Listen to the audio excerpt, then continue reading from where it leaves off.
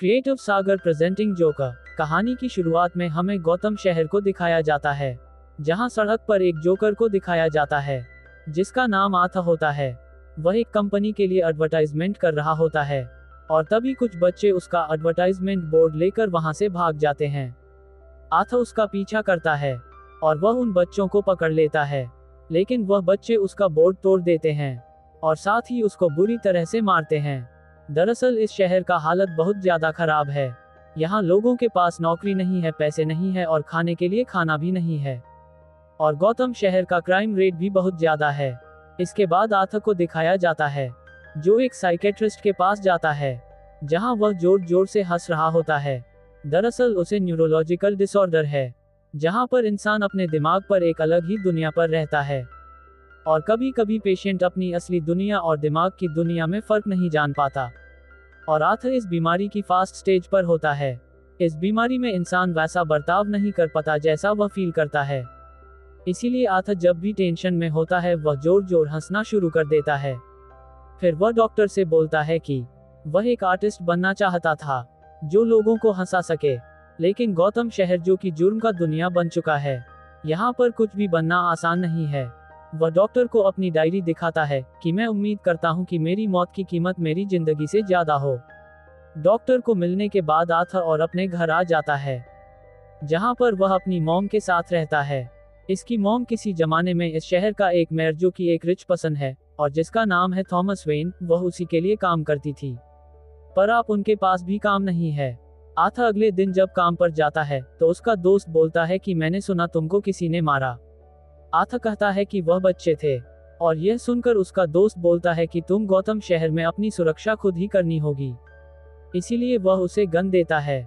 हालांकि आथा इस नहीं लेना चाहता, लेकिन उसका दोस्त उसे समझता है कि इसकी जरूरत इस शहर में हर किसी को है। और यह सुनने के बाद आथा वो गन ले लेता है। वह अंदर से बहुत मासूम है, वह किसी को कभी भी नुकसान नहीं पहुंचाना चाहता। उसके बाद आथा जोकर बनकर बच्चों की अस्पताल में जाता है और जब वह बच्चों को हंसा रहा होता है तभी उसकी जेब में वही गन गिर जाती है, जिसको बच्चे और हॉस्पिटल का लोग देख लेते हैं। इसके बाद अर्थ अपनी बस को फोन करता है तो उसकी बस उससे बहुत डरती है। वह कहता है कि तुम हॉस्पिटल में बच्चों के सामने गन लेकर क्यों गए। और आथा अपनी नौकरी बचाने के लिए बोलता है कि वह मेरा एक एक्ट का हिस्सा था।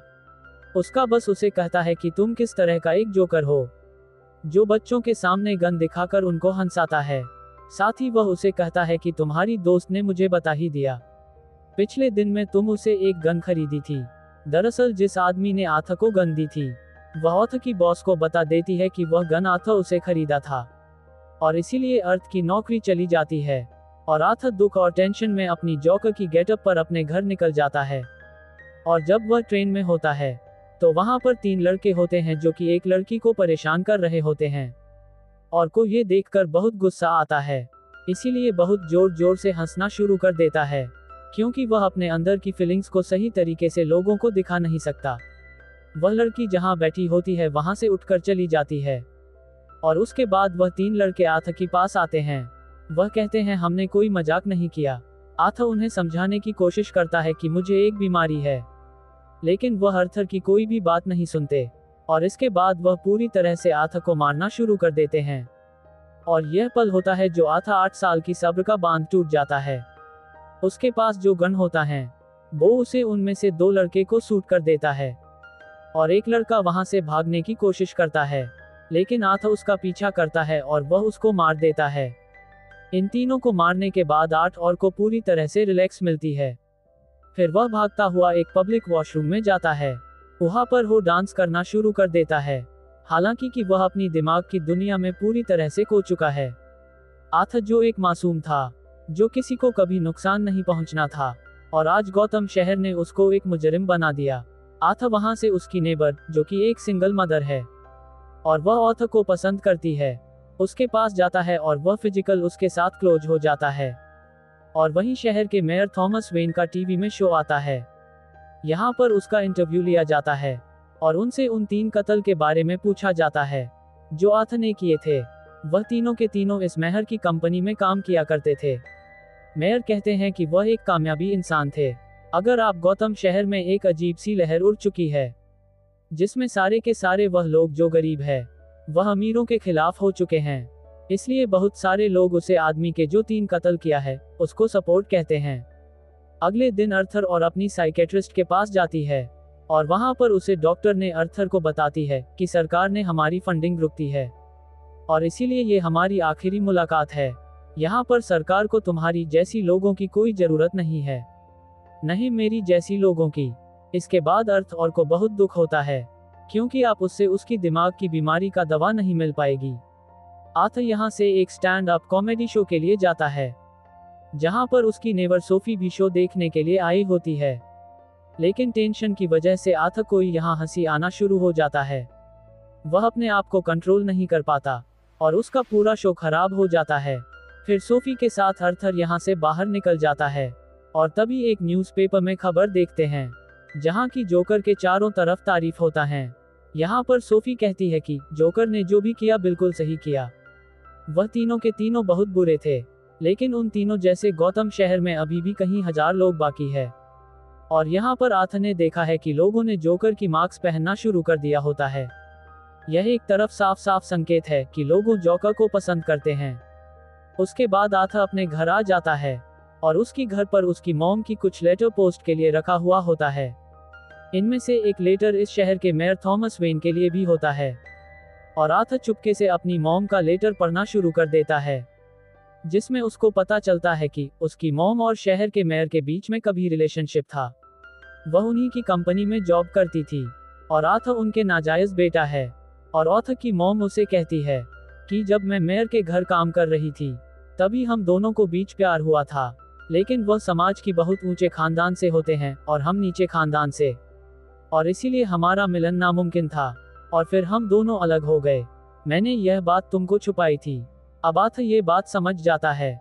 फिर वह थॉमस वेन से मिलने के लिए उसके घर पर जाता है, जहां पर उसकी मुलाकात थॉमस वेन के बेटे ब्रूस वेन से होती है, जो आने वाले वक्त में बैटमैन बनेगा। और अर्थर जोकर की तरफ ब्रूस वेन को हंसाता है, उसके साथ खेलता है, लेकिन तभी उनका बटलर वहां पर आ जाता है और इन दोनों को दूर कर देता है। आर्थर कहता है कि मैं बनी फ्लैग का बेटा हूँ, यहाँ वह कभी काम किया करती थी, और वह बोलता है कि मेरी मॉम के बीच में और थॉमस के बीच में प्यार था, मैं उनका बेटा हूँ। और यह सुनकर अल्फ्रीड को गुस्सा आ जाता है और वह बोलता है कि तुम्हारी मॉम की दिमाग की हालत ठीक नहीं है, ये सब उनका दिमाग की भ्रम था, वह अपनी दिमाग में कुछ भी सोच कर रही थी। फिर वह अपने दिमाग की यादों से ही यकीन दिला दिया था कि थॉमस के साथ उसका प्यार सही था। ये सब सुनकर आर्थर को गुस्सा आ जाता है। वह अल्फ्रीड का गला पकड़ लेता है, लेकिन अगले पल से छोड़कर यहाँ से भाग जाता है। और जब वह उसके घर आता है तो देखता है कि उसके घर में एम्बुलेंस से दरअसल उसकी मॉम को हार्ट अटैक आया होता है। वह अपनी मॉम को लेकर हॉस्पिटल जाता है और जब वह वहां पर बैठा हुआ होता है तभी वहां पर 2 पुलिस वाले आते हैं, जो आर्थर को उसे ट्रेन वाले हादसे के बारे में पूछताछ करते हैं। और आर्थर साफ साफ मना कर देता है कि मुझे इस बारे में कुछ भी नहीं पता।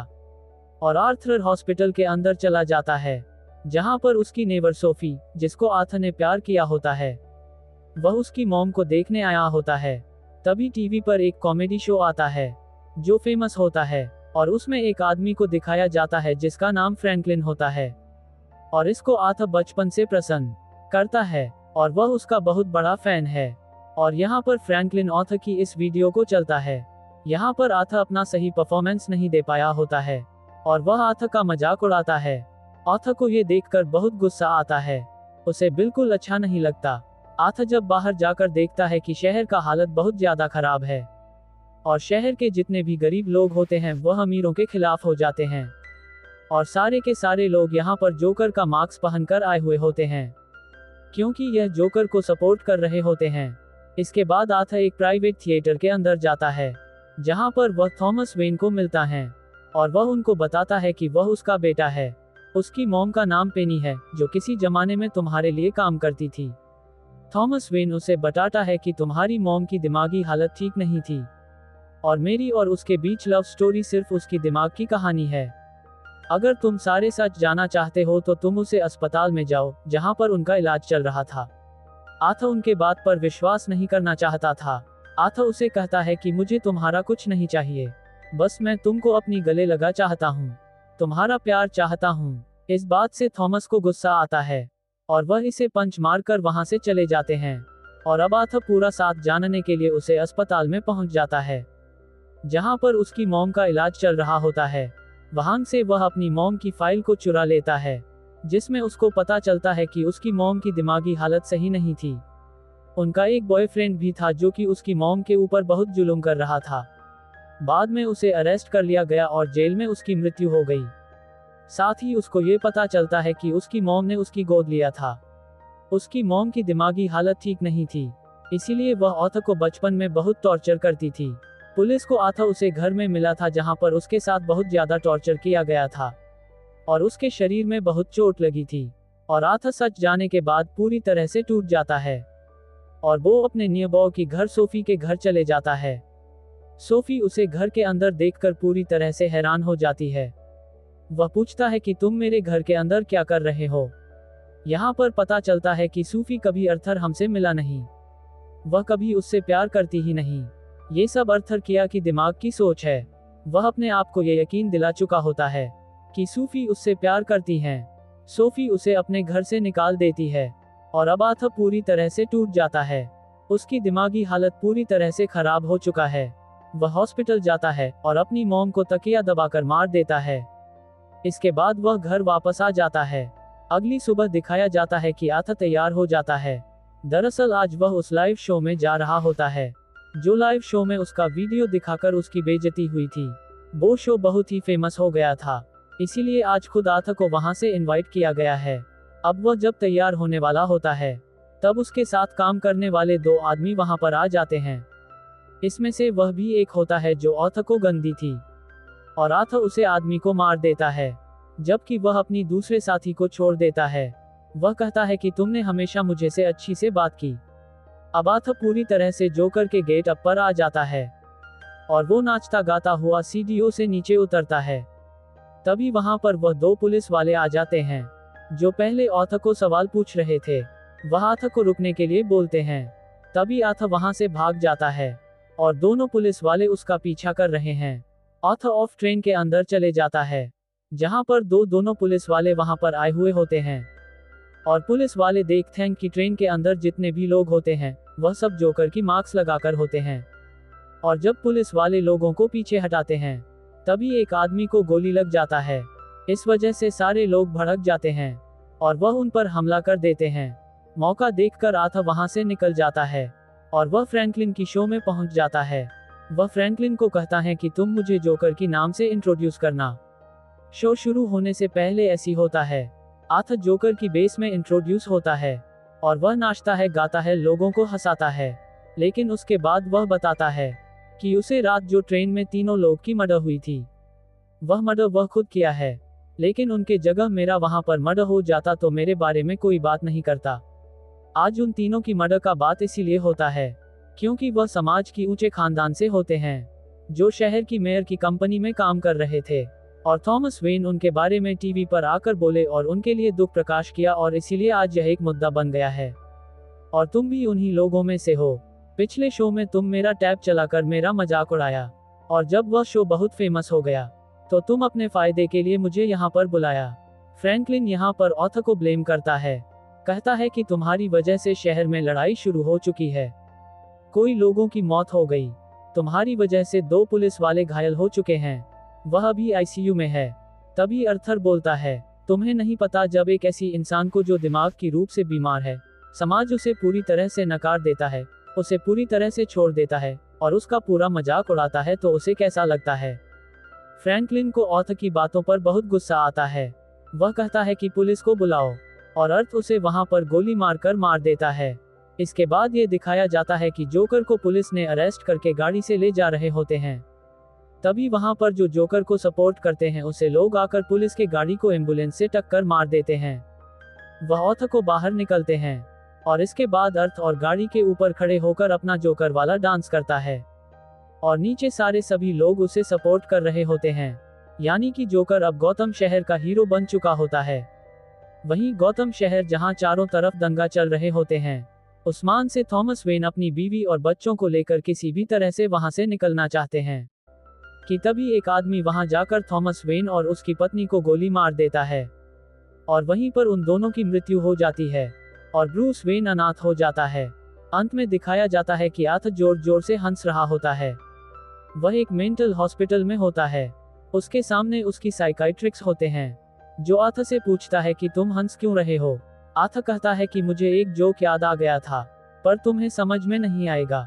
इसके बाद आर्थ को अस्पताल से बाहर निकलते हुए दिखाया जाता है और इसके पैरों पर खून लगा हुआ होता है, यानी कि उसने उसे साइकेट्रिस्ट को मार दिया और अब वो आज़ाद है। जोकर एक ऐसा कैरेक्टर है जो बैटमैन सीरीज में बहुत फेमस है। और यहीं पर यह कहानी खत्म होती है। आपको कहानी अच्छी लगी तो लाइक कर देना, चैनल को सब्सक्राइब कर देना और बेल आइकन को जरूर दबा देना।